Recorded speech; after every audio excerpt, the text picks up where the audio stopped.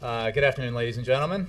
Welcome to the White House. It is Monday, June 6th, 2011. Before we get started, I just want to give you it is D-Day, a magnificent day in our history, and the beginning of the end of the Nazi regime. Let me give you a brief readout of the President's monthly meeting on Afghanistan and Pakistan, if I may. The President led his monthly meeting on Afghanistan and Pakistan with his national security team this morning. The session lasted nearly 2 hours. During this session, the President received briefings on progress in implementing our strategy for Pakistan and Afghanistan following the death of Osama bin Laden. By video, Secretary Gates briefed the President on his recent trip to Afghanistan in preparation for the President's upcoming video conference with President Karzai, which will take place on Wednesday, June 8. The group also discussed our strategic partnership with Afghanistan and the progress being made to build and sustain the Afghan National Security Forces. The President also received an update on our efforts to ensure effective cooperation with Pakistan against al-Qaeda and other violent extremists. Among the participants, of course, were the Vice President, Secretary Clinton, Secretary Gates, as mentioned, via Civets, Chief of Staff Daley, National Security Advisor Donnellan, John Brennan, a variety of others, Admiral Mullen, Leon Panetta, et cetera, et cetera. We'll put that out on paper for you as well. And with we will make it still available. I believe that's what we'll do, standard practice. And with that, I'll take some questions. Darlene. Hi. A couple of questions on Afghanistan. Mm-hmm. Did the President not discuss drawing down U.S. troops during the AFPAC meeting? As you know, it was not a topic of discussion. It was not on the agenda. The President has not received yet a recommendation from his commanders or the Secretary of Defense for a troop drawdown figure. That will obviously be a decision he makes relatively soon, in keeping with the commitment he made when he announced his AFPAC strategy back in December of 2009 that a drawdown would begin in July of 2011, but this was not a subject of today's meeting. Should we expect his announcement this month or in July? I don't have an update on scheduling. Obviously, the operative date here is July 2011 in terms of the beginning of the drawdown, but I don't have a date for you. The President said in April that, in an interview with AP, that the drawdown was going to be significant, and then Gates recently said it was going to be modest. So can you sort of, what is it going to be? Well, first of all, as I said, Darlene, the President has yet to make a decision on the numbers. We have always said that it would be real. There were skeptics who suggested at the time when the President announced his policy that the July 2011 date for the beginning of a drawdown was not real. It will, in fact, begin then. The President is going to make his decision, as he has said all along, based on conditions on the ground. Not whether or not there will be a drawdown or the beginning of a drawdown, but the size and scope and pace of the drawdown. So again, he hasn't made the decision, but it is he will make it fairly soon. In an interview earlier today, he talked about the fact that this will be a summer of transition, and has talked about some of the progress we have made in the mission, including obviously the elimination of Osama bin Laden, the fact that we have taken the fight to al-Qaeda effectively and have al-Qaeda back on its heels. There has been some stabilization in Afghanistan, some real progress that our mission there has achieved, and that it's part of a process that is underway of transferring security lead to the Afghan National Security Forces, and that process obviously will reach its culmination, as promised in Portugal at Lisbon at the NATO conference, will reach its culmination in 2014. Will there be a speech to the nation for this? I don't have a forum or a format or a venue yet for you. Obviously, he will make a decision and then inform the public of his decision, but I wouldn't, speculation notwithstanding, I would not put too much credence in that at this point, because he has not yet made a decision. Yes, sir. Jay, the President gave an interview to a German newspaper over the weekend ahead of Chancellor Merkel's visit tomorrow. He said that the two sides agree on some things and disagree on others. Can you talk about some of the things that they disagree on? I think I'd need something a little more specific than that. How about the IMF and specifically funding for Greece, which is looking for further possibly further bailout money? Does the United States, and will the president specifically encourage Germany to provide that funding in Europe? Or would the United States support IMF money going into that again? Well, what we've said and what we continue to say, Jeff, is that we're in constant communication with our European counterparts about Europe's financial situation, rather. They have said that they will do whatever is necessary to tackle this problem, and we believe it is completely within their capacity to do that. I don't have any more specifics about it, but that is our position. Well, somebody might hear that and say in their capacity means the U.S. does not want IMF funds, which would, by nature of the IMF, be using U.S. funding as well to go towards Greece. Well, without getting more specific, I think that by saying that it is within their capacity to do that, we believe that they are capable of handling this challenge successfully. In addition to that issue, can you give us kind of a feel for what else will be discussed between the two leaders tomorrow? Well, I think it's a vital relationship, obviously.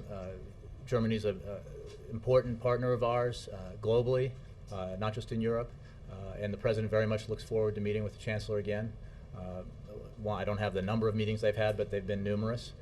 And he looks forward to her visit and to the meetings that they'll have, because it is a very important partnership. Would the President like to see Germany more involved in foreign policy issues such as Libya and Afghanistan? I'm sure they will discuss the range of foreign policy issues that are out there that are of common interest to both countries. I think, again, the relationship is important. The cooperation is excellent. And I'm sure they will talk about those issues as well as many others. Last question on that. Is this a state visit or an official visit? Now, my understanding, there's a nomenclature here that has to do with whether the visitor is a head of state or a head of government. And my understanding here is that because she is head of government, that this is an official visit. Wasn't it announced as a state visit? I have to check. I don't know. Again, this is a semantic technicality. It's official. But it's a state dinner tomorrow. Yes. It is a state dinner tomorrow. We can get you some of the details of the distinctions, but Mark must have gotten the info. we're just awfully glad that she's coming as head of government of the. Yes, please. What can you tell us? Yeah, officially it's an official visit with a state dinner, and the distinction is as you mentioned. I was right, is what he's saying, and I always like it. Anybody else have something similar to say about my? Yeah. It will be their 10th personal meeting, according to the president in the interview today. Thank you. Excellent. Thank you. Mr. Tapper. In the same way that the president asked General Cartwright to give him an alternative plan when he was coming up with when they were coming up with the AFPAC plan back in 2009, is he soliciting proposals from any other generals or any other individuals in government as an alternative to the recommendation from the commanders that he's waiting for? Jake, not that I'm aware of, and I don't think that is the case. What needs to be understood here is that the debate and discussion about the president's AFPAC policy took place, as you know, in the fall of 2009 and resulted in the president's decision of the policy that we have been implementing as an administration ever since, both militarily and through our civilian agencies. This decision about the size of the initial drawdown is one in keeping with the decision the president made back in December of 2009. There is not enormous debate about this, despite some reporting to the contrary. In fact, the context for this decision is fairly narrow, which is what the president is, as he has all along, moving to the next stage of implementing a policy that he thought long and hard about in making the decision that he made in the fall, or rather late 2009. So he looks forward to the recommendation that he gets from his commanders through Secretary Gates. I believe if there are options contained within that recommendation, I'm sure those options will be reviewed and discussed. The way this process normally works, it's rare that there is simply one alternative put on the table, but I do not expect this is not a reopening of a process that was completed in December of 2009. Gates has said he expects the drawdown to be modest. Do you expect that the recommendation coming from Well, I Gates think is it going to be depends anything on- other than range of modest drawdowns? Again, it depends on how you define what modest is or significant is. The president, it will be a real drawdown, but it will depend on the conditions on the ground, which he relies on his commanders to inform him about. Now, there will be, I'm sure, some discussion about how you implement that decision, but the policy decision has been made. This is a step along the way of implementing that policy. Excuse me. Thursday night, the House, or Thursday rather, the House passed a resolution saying that the president has roughly 2 weeks to provide a whole bunch of information and answer a whole bunch of questions about the Libya military operation with the not so veiled threat that the defense bill is coming up and that funds for that operation could be withheld if answers are not forthcoming. Does the administration intend to answer all of the demands from the House for information? And has the administration sought at all the opinion of the Office of Legal Counsel at the Department of Justice as to how closely or whether or not the White House is in compliance with the War Powers Act? As you know, Jake, we believe that we are acting consistent with the War Powers Resolution. On the issue, do you seek OLC's guidance on that? I'm not aware of any special seeking of guidance that we asked for. We believe we are acting consistent with the War Powers Resolution. On the question of congressional consultations, I mean, and the answering of questions, there have been numerous briefings, both classified and unclassified briefings, on the U.S. participation in the NATO mission, as well as on our other actions with regard to Libya. And those consultations will continue. And to the extent that those consultations, within those consultations, there are questions asked that we can answer, we will answer them without question. And but we feel confident that the president is executing a policy decision that he made in exactly the manner that he said he would, that our consultations have been consistent, and that we're acting consistently with the War Powers Resolution, and finally that we would welcome and support a resolution similar to or exactly like the Kerry-McCain resolution in the Senate. So you're not going to provide any paper, it's just if... Well, I don't know. I mean, if they ask for paper, we may provide paper, but only as part of the general consultations that we've been having. It is simply incorrect to suggest that we haven't been informing or consulting with Congress regularly on this important matter, because we have, and we believe it is important to consult with Congress on things like this. No, I'm not suggesting that you're suggesting that. I'm simply... The House is suggesting it very, very clearly. Well, again, I would say that in response to that, we have consulted regularly, and we will continue to. And we will answer questions regularly, as we have. It doesn't sound, and correct me if this interpretation is wrong, it doesn't sound like you take this House resolution very seriously. Well, we have said it was unhelpful, and we think it's very important as we continue to act with our partners to implement United Nations Security Council 1973 and implement the actions that we have taken, the non-lethal actions we have taken unilaterally and multilaterally, that we continue to do that. We've made enormous progress. We think the progress will continue. We've been encouraged by the steps taken by the opposition in Libya. We've been encouraged by some of the declarations that they've made about their support for democratic reform. And we are encouraged by the regular indications that those around Muammar Gaddafi are beginning to realize that the future of that regime is very bleak, and that the Libyan people need to be the ones who will decide who will lead them into the future. Last question, I'm sorry. The House has passed this resolution fairly handily, clearly indicating they don't feel like they've been consulted enough, demanding a list of information about this operation. You're saying it's not helpful. You're suggesting that you're not going to provide the information. No, I didn't say that at all. In a written form, unless they specifically request it. You might supply some of it, you might not supply other parts of this information. They have the legal authority to cut off funding for the Libya operation, and the defense bill is coming up in a couple weeks. You're not concerned about this at all? We obviously take seriously our obligation to consult with Congress, and to the extent that there are questions that need to be answered, we will, of course, endeavor to answer them. And we take seriously concern expressed by members about questions they have about our mission here. We do believe we have acted consistent with the War Powers Resolution, and we do think we would welcome the support of Congress in the form of a resolution similar to the one put forward by Senators, the bipartisan resolution put forward by Senators McCain and Kerry and others. Beyond that, again, it will depend on the consultations we have with Congress, the questions we can answer as we go forward, but we want to continue to keep the pressure on the Gaddafi regime and continue our support for the NATO mission, which is protecting Libyan civilians from Gaddafi's forces. Yes? Congress have some Let me, questions. you know how this works. I'll get to you. Go ahead. Jay, on Afghanistan, can you give us a sense of the president's process in coming to a decision? I mean, once he surveys his advisors, he sees where they are, what's next? Is he consulting with outside advisors? How often is he consulting with advisors?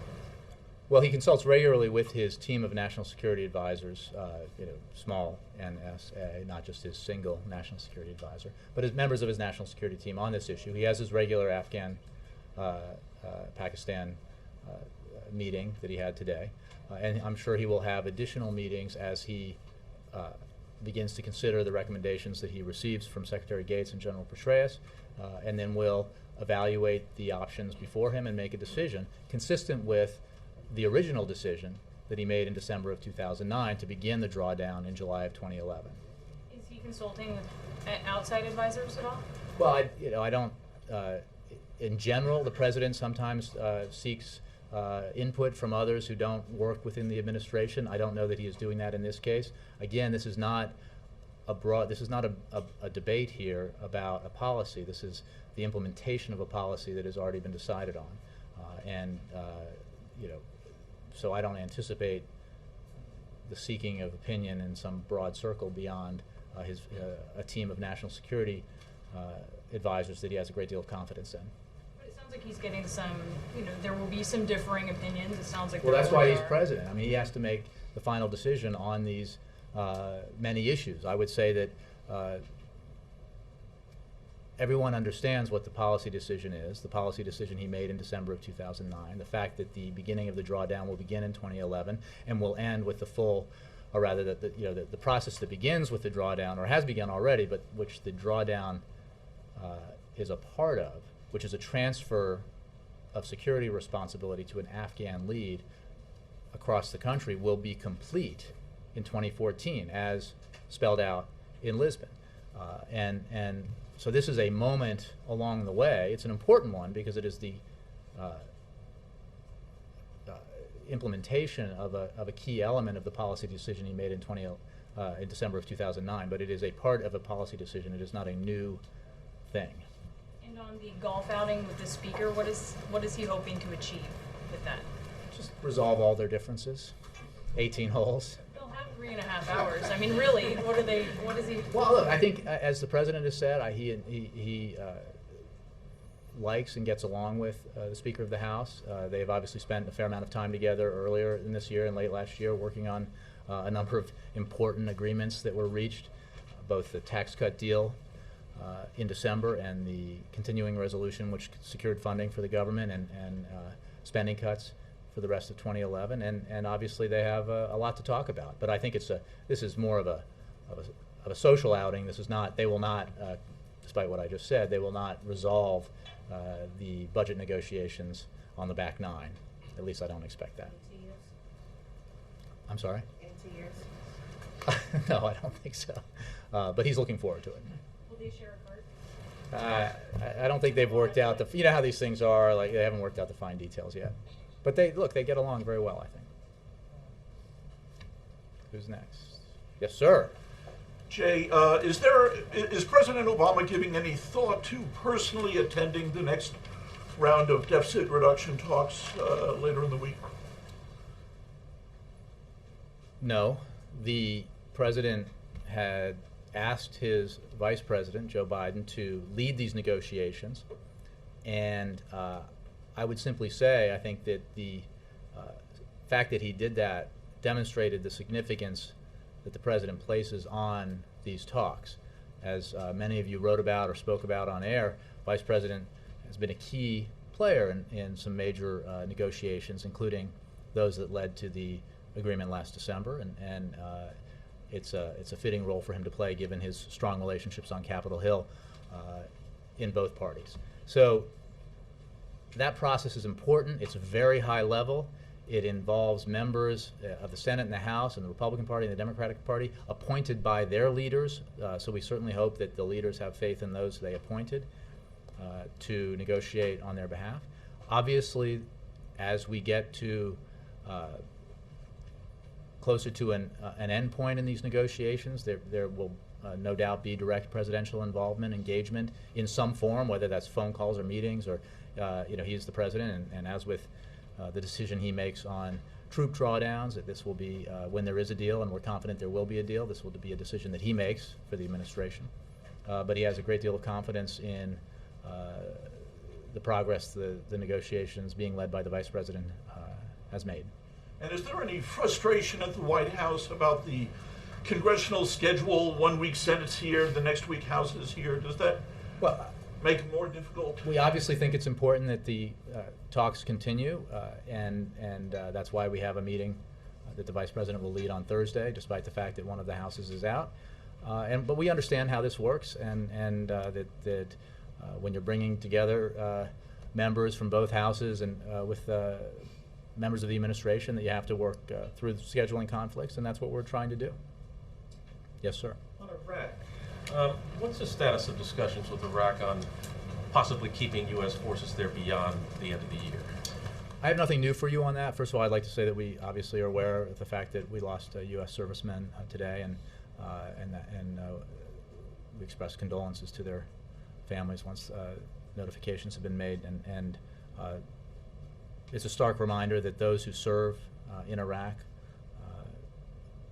do so in a way that continues to place them at risk, despite the enormous progress that has been made there. Then on your question, I have nothing new to announce. The process, as you know, is simply that we are abiding by the status of forces agreement that will have us withdrawing the remainder of our troops by the end of this year. I and others have said that we will entertain requests by the Iraqi government if we will entertain, in terms of discuss, possible requests for some sort of new status of forces agreement that would be obviously quite different from the one we have now. But as of now, we fully intend to fulfill our obligation under that SOFA and withdraw all our remaining forces. As you know, since the President has come into office, we've withdrawn 100,000 U.S. troops from Iraq. And again, according to the SOFA, we will draw down to 0 by the end of the year.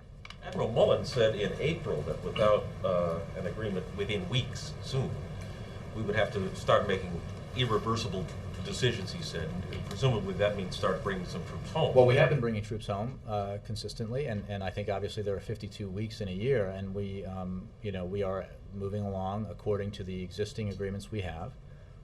But obviously we have different means of discussing with the Iraqi government whatever ideas they may have about any other kind of agreement we might reach. But for now, we will keep the commitments that we've made. And there have been no talks on a new SOFA.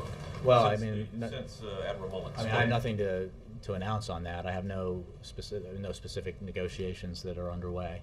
Obviously, we are in consultation with the Iraqi government on a regular basis through our ambassador, through our military commander there, and through others, but no talks in that sense. On the President's AFPAC decision, is cost in any way a factor of how many troops are brought home next month? Or the initial drawdown? No. Does cost impact that at all? No.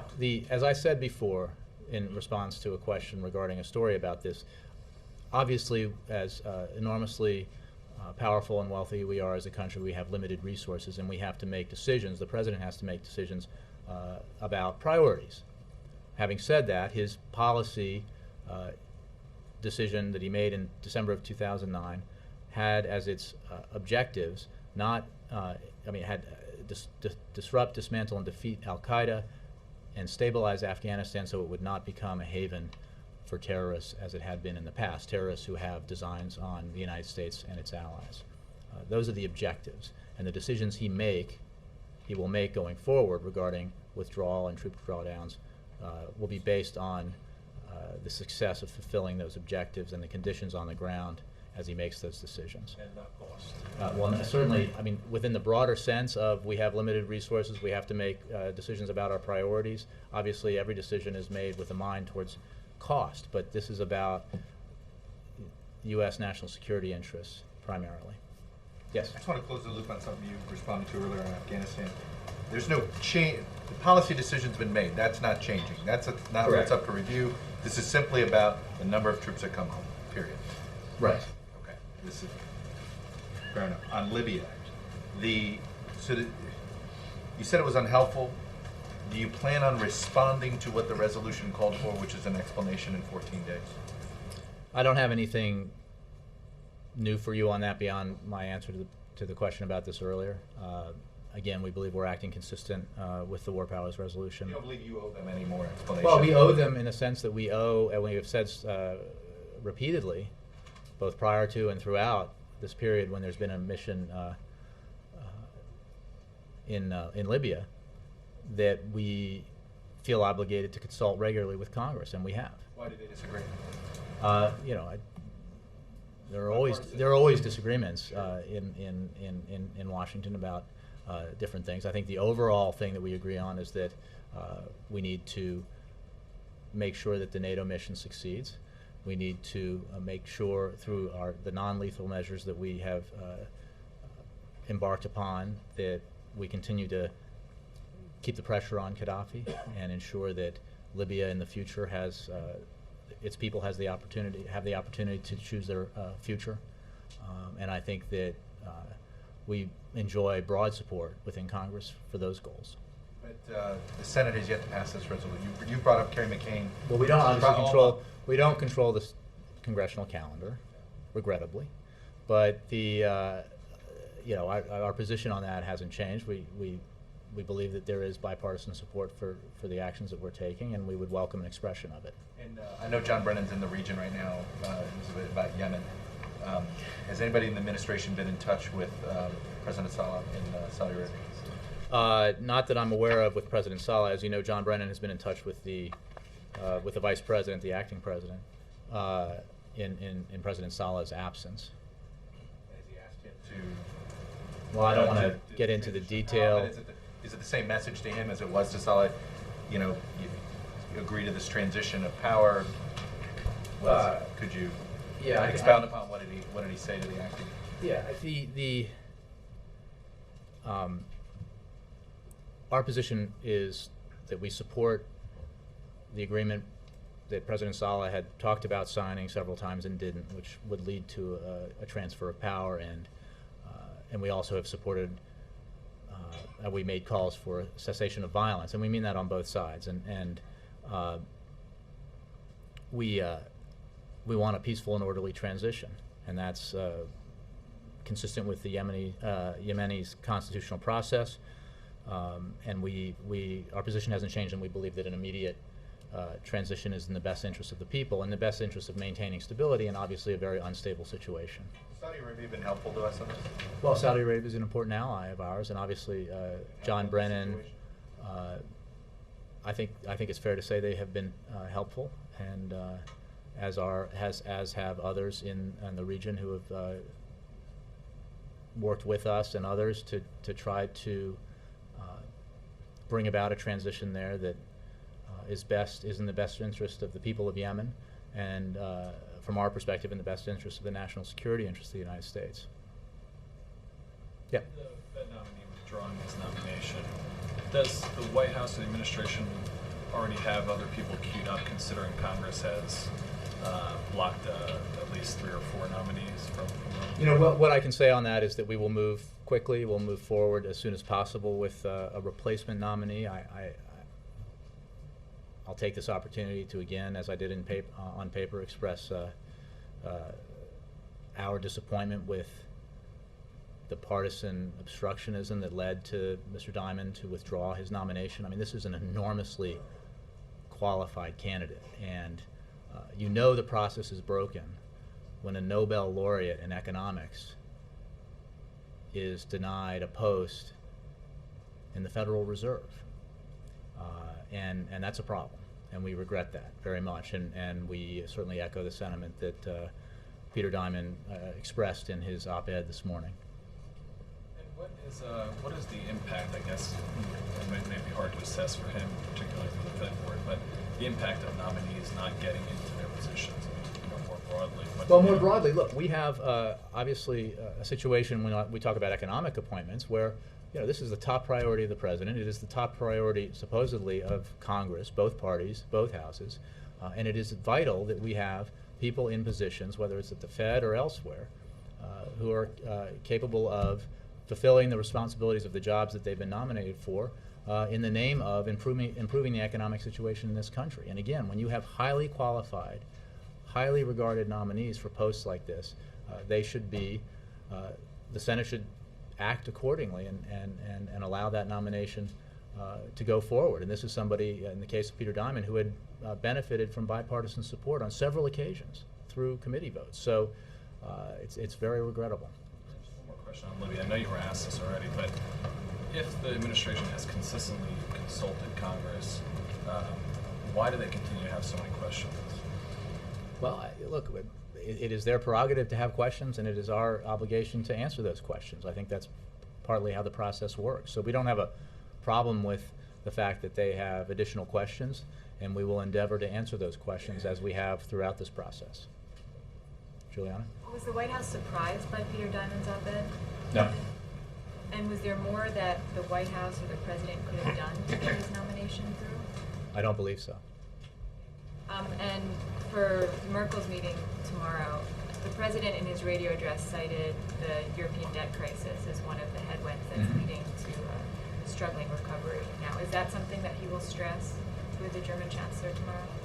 I'm sure it will be part of their conversation. Obviously, the economy writ large is an issue that is of interest to both leaders, and it is an issue that both are addressing in different ways. So, absolutely, as the president noted in his address and is noted elsewhere, we've been hit with, obviously, the fallout from the tsunami and earthquake in Japan, high energy prices, and the continuing drag presented by the Eurozone economic issues. So I'm sure that in many ways all three of those will be topics of conversation between the Chancellor and the President. And will the selection process for the next IMF head be part of the agenda?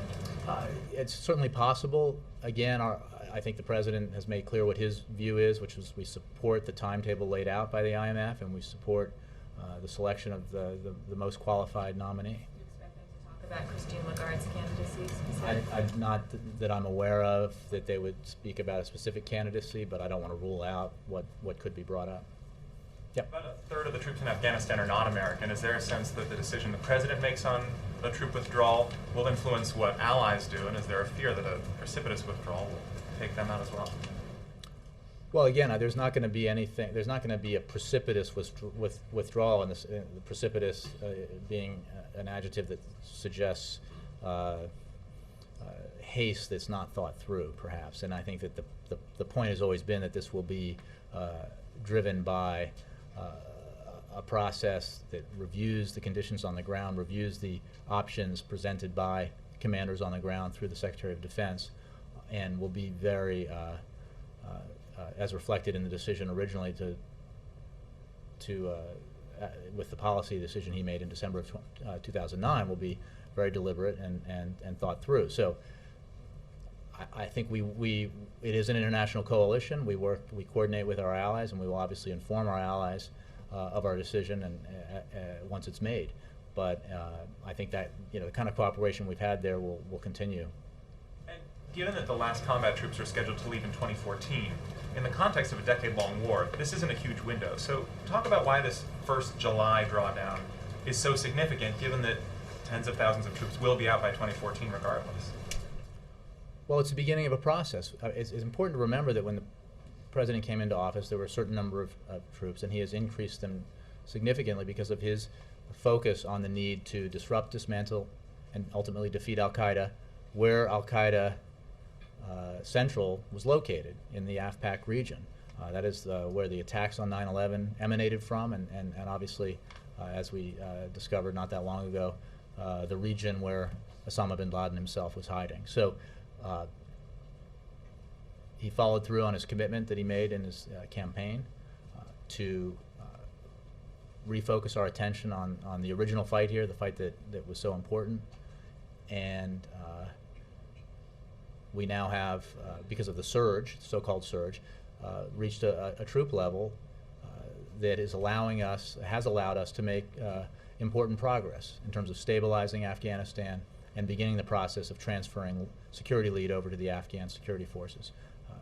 We are now at a point, as envisioned by the President's policy, where we can begin the drawdown. And the pace and slope will depend on conditions on the ground, but it will begin. And I take your point, but obviously how that's spaced out between now and 2014 will, there's some room to decide what that slope looks like, and this is the first of those decisions. Scott. On that slope, the recommendation that the President gets, does he expect it to be more than just a July number? How much of the glide slope will be outlined in this recommendation? And if it's not fairly specific, do you revisit this every month in the monthly updates on how many troops we can bring back and when? Well, without anticipating or trying, boxing in Secretary Gates or General Petraeus, I mean, I think that obviously this will be a proposal that looks at the situation we have now and envisions what the situation will be going forward. But as has always been the case, the process will be revisited according to what's happening on the ground. I mean, I think it would be foolish to say that a certain portion will come out today and a certain portion on 6 months and 3 days from now. You could anyway. I think that the answer is yes and no. I wonder, in the sense that we know where you want to be in 2014. You might not be able to put exact numbers to exact dates, but will there be certain mileposts you set down between then and now that you can revisit based on? Not that I can announce from here. I'll leave that to the President to announce, what decision he makes when he makes it. Again, we're still premature here because he has not even been given a formal recommendation by the Secretary of Defense on this. So to anticipate how that will look, I think would be foolhardy on my part. In thinking about how he will convey this to the American people, do you think he will speak, sort of review his policy and look forward over the next 3 years? Again, I think we're getting ahead of the process here. I'm sure he will convey it. Suggestions for how and the format are way ahead of where we are right now. Helene. Thanks, Jay. Can I go back to Juliana's question on Peter Diamond? You said you thought that the White House did everything possible to push this nomination forward. Can you just outline what all you did do? I mean, did the President pick up the phone and call Mr. Shelby? I don't have a tick-tock on the different actions that different members of the administration took in support of this nomination. We strongly supported it. We thought he was highly qualified. We regret that it's come to this and he's withdrawn his nomination for understandable reasons. Again, he had enjoyed significant bipartisan support, as he should have, given his qualifications. And we think that the suggestion that he's somehow not qualified is just ridiculous, because he is so qualified for this job. And more broadly, it's important for us to move forward in this process because these posts need to be filled, precisely because we have such important issues before us in dealing with the economy. And so we look forward to working with Congress, working with the Senate to get the nominee who replaces Mr. Diamond confirmed and other nominations that are still pending confirmed. What kind of message, though, does this send to other potential nominees? Well, I hope it's isolated. I hope that the process can move forward. And it's not. I'm not suggesting that it's uniform.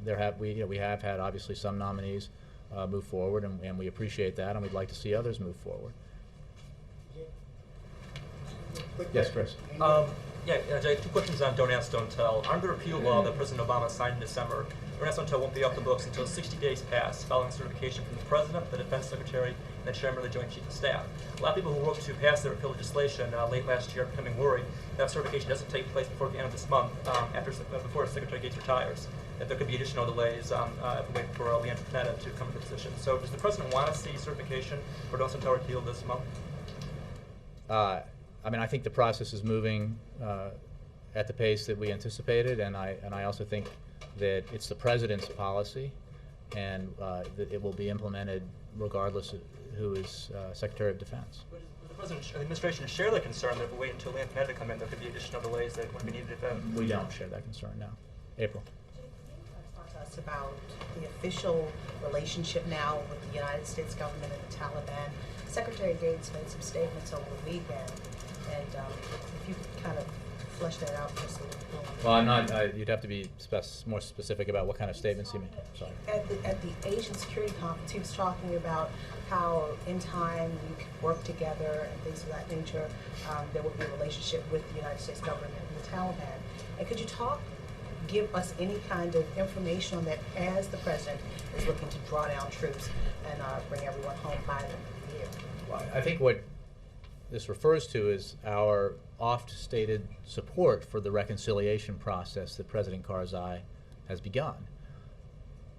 The important contingencies, or rather the conditions of reconciliation, not contingencies but conditions, are renouncing violence, renouncing terrorism, laying down your arms, and abiding by the Afghan constitution. So obviously there has to be a political settlement in Afghanistan.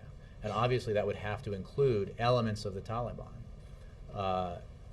And we support that process. Now, if at some future date when there is, we hope, relative peace in Afghanistan and there's been a robust and successful reconciliation effort, the people who used to be members of the Taliban who are now reconciled into the Afghan government, and we have a relationship with the Afghan government, then obviously that would include elements of the Taliban from the past. But again, the process for getting to reconciliation is not simply saying I'd like to reconcile. And going back into what you just said, elements of the Taliban from the past, there is a history there. And I mean, are we at this point able to trust whatever the Taliban says and does? Well, there's an important thing to make sure is clear here, which is this is a process that's being undertaken by President Karzai, who's the president of the country, and believes that reconciliation is essential for a long-term solution in Afghanistan. We support him in that and agree with him. There obviously are irreconcilable elements, and we are taking the fight in Afghanistan to those elements and have made progress and halted the Taliban's momentum. But going forward, reconciliation has to be a part of Afghanistan's future, and we support that process. Yes, Steve? The president plays golf with the speaker. Will you ask him to let the pool see them tee off? I could ask. I don't have anything for you on the press circumstances surrounding that event. As of yet, it's way off in the future. Transparent about his golf game and let the pool see him start. I think the president enjoys playing golf on occasion, in part because it's a nice break. There aren't that many opportunities that a president gets to get outside and be away from the trappings of office. But in terms of the specific golf date that you mentioned, I don't have anything for you yet on on how we're going to cover that. Sam? Jake, first of all, is that your swing that you're showing us? I'm a terrible golfer, yeah. No, I'm just hoping you could tell us a little bit about, considering the national security challenges that are on the president's plate right now, Afghanistan, Iraq, Yemen, Libya, et cetera, you know the list, and what we saw last week in terms of the economic recovery slowing down. Can you talk to us a little bit in terms of how he's balancing these two? You don't really have much of a choice when you become president. These are the two priorities you're handed, and for good reason. The national security of the United States, protecting the people of the United States at home and abroad, and the economic vitality, growth, and job creation of the nation. And these are the two priorities that the president focuses on every day. And these are complicated times, and obviously when he took office we were in economic free fall, and that was the focus appropriately of the media's attention, of the country's attention, and the president's attention. But it's often lost, or we forget sometimes, that He also, when he came into office, inherited 2 wars that he had to spend a lot of time thinking about in terms of fulfilling his promise to draw down and end the war, draw down troops and end the war in Iraq, a promise that he is keeping, and also the promises he made about how to successfully prosecute our effort in Afghanistan, another promise that he is keeping. And these are, you don't have a choice. You have to do both, and that's just a reality of the office, and it's why it's such an important one. Just a quick follow-up. I feel like I missed this over the course of the last few months. I might have been on vacation or something, but when did the president stop doing the daily presidential economic daily briefing? I think it happens periodically. But it used to be a daily thing with the PBB. I'm just curious when it stopped being a daily thing. I'll have to go check. Again, it's sort of it happens occasionally, doesn't happen all the time, and I think that was always the case. But I can check. I don't have any scheduling changes to announce. But Sam.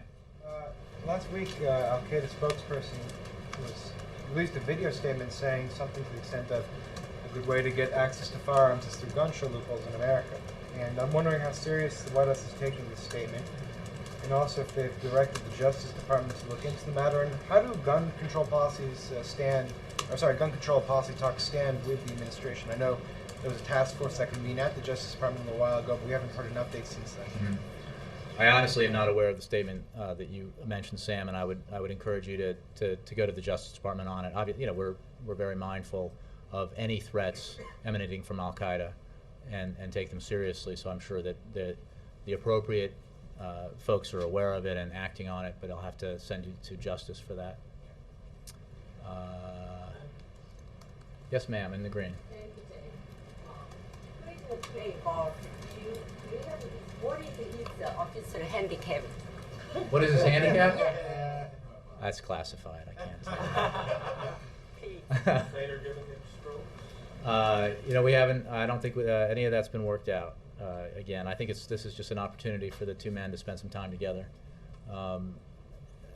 As the president said, and I think the speaker probably shares this opinion, that this is useful and valuable because they obviously both have a lot of responsibility for the kinds of decisions that need to be made in this country on behalf of the American people. So the fact that they can spend a few hours together playing golf, I think, is absolutely a good thing. And how that game goes, we'll just have to wait and see. I don't have anything on on who else will be playing. Okay. For the rest of the world, it is very difficult to understand what's going on in Washington because most of the country don't have those systems, and for the rest of the world, it seems to be another political battle in Washington. But this one is different in nature because this one put the entire international financial community in danger if the U.S. Treasury could default. Right. So what's the message toward the international community, and are you confident that you can resolve the issue by August 2nd? We are confident that Congress will vote to raise the debt ceiling. We believe that members of Congress have heard about the imperative here, not just from us, but from a variety of places, and that message is getting through. And it's one that's been expressed by leaders of Congress of both parties. And to your point, Toshi, it's not just the international financial community that would be adversely affected by a default. Everyone in this country would be adversely affected by a default. The consequences for the economy would be very serious, very grave, and that would affect growth, it would affect jobs, it would affect retirement accounts, it would affect every single American, and to your point, in terms of the global impact, would affect people around the world. And that's why it's so important to take this vote. It is a different circumstance than exists in a lot of countries. I mean, what people need to understand is that this vote, which is always one that Congress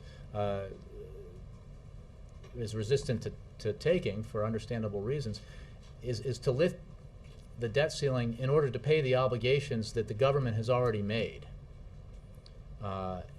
This is not a decision to spend money. This is a decision to honor the obligations already made by the United States government, by the Congress, by administrations of both parties.